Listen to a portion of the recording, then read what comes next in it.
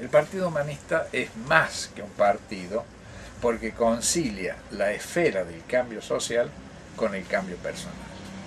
Desde su fundación en 1984 ha sido portador de un estilo y de una ideología sustentada en el pensamiento filosófico de Silo.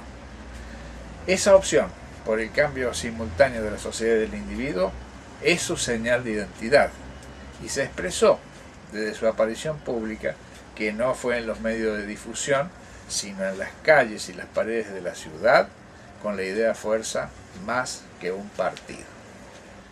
El símbolo del partido expresaba también esta idea que hoy es aceptada, pero causaba mucha extrañeza hace 30 años, porque se entiende comúnmente que la acción de un partido está en el ámbito social y que lo personal o subjetivo no es un tema del que deba ocuparse una agrupación política. Pero a nosotros nos interesan ambos temas. Esa idea viene de muy atrás. La cuestión social es tarea de políticos y de lo personal se ocupan la ética o las religiones. Frente a las dificultades que plantea la construcción de un mundo mejor, las dos posturas se expresaban como opuestas. Unos pensaban que cambiando la sociedad cambiaba el hombre, mientras que otros imaginaban que una sociedad nueva solo podía salir de hombres nuevos. Otra posición, la mayoría de los políticos de centro y de derecha, por ejemplo, no creían que fuera necesario hacer ningún cambio. Los valores habían sido establecidos por Dios, los defectos del hombre eran propios de su naturaleza y sustancialmente hablar de un hombre nuevo era una utopía. Ha pasado tiempo y hemos visto que algo se ha progresado en materia social. Hay avances, pero el sistema sigue siendo el mismo. Hoy hablamos de ser humano y no de hombre, lo que evidencia un adelanto. Pero si observamos la conducta de los seres humanos que dirigen los gobiernos, el hombre nuevo no aparece por ninguna parte. Atención que no renegamos de los avances tanto sociales como personales, pero saben a poco. A finales de la década de 60, la irrupción de Silo en los Andes, en Punta de Vaca, en América del Sur, significó una renovación en el pensamiento político y en la ética. Respecto al tema que nos ocupa hoy, planteó con toda claridad que la tarea era encarar un cambio simultáneo en la sociedad y en el individuo. La transformación debe ser, dice Silo, simultánea y abarcar ambos campos.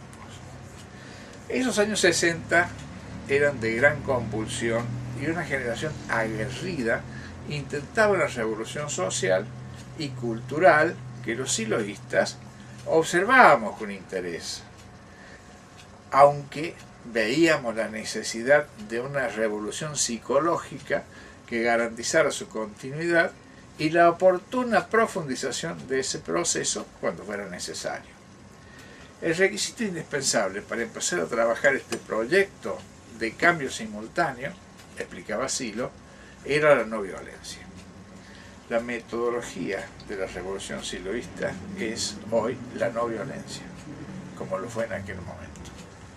Se fijó entonces en los comienzos de la actividad de difusión, crecimiento y formación de cuadros, en la etapa previa a la constitución del partido, que el objetivo era el cambio simultáneo de la sociedad y el individuo. Cuando se comienza a diseñar el partido, más acá en el tiempo, en el año 1983, se decide que este organismo político debía ser, además de cumplir con la ley, transparente en todos sus aspectos y declarar abiertamente sus fines. Como símbolo, elegimos una cinta de Moebius, cinta de movimiento continuo que se curva sobre sí misma en su recorrido.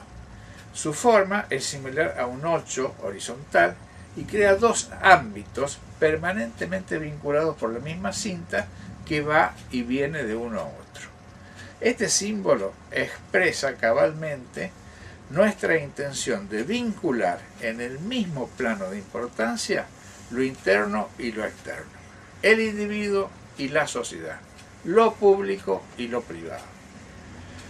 El color naranja, como distintivo del humanismo, es el color del servicio, del auxilio, de la cooperación. Todo esto está presente en el armado doctrinario del partido. Así, teniendo en cuenta estos conceptos, se han formulado las tesis del humanismo y de ellas se desprenden las posturas puntuales frente a los hechos que se producen y frente a los que producen. A su vez, aplicado este concepto a la acción política, las acciones del partido van hacia la sociedad y regresa de ellas una respuesta que permite hacer correcciones de implementación antes de producir un hecho nuevo. El humano que busca su realización no debería negar su subjetividad y alienarse en alguna forma de ideal externo, por más idealista que fuera, por más noble que sea, como tampoco puede aceptar la alienación que determina el sistema de producción.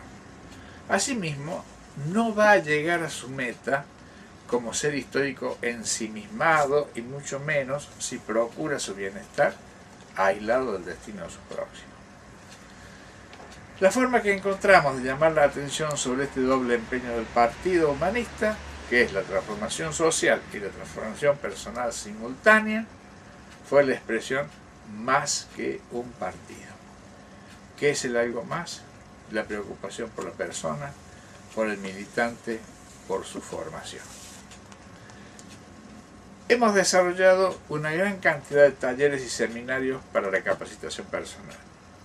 Hay también varios ordenamientos impresos en papel, algunos oficiales y otros no, algunos en videos interactivos, pero todos tienen como base los primeros cursos de autoliberación, mejoramiento conductual, y los últimos, el epílogo de ese mismo libro.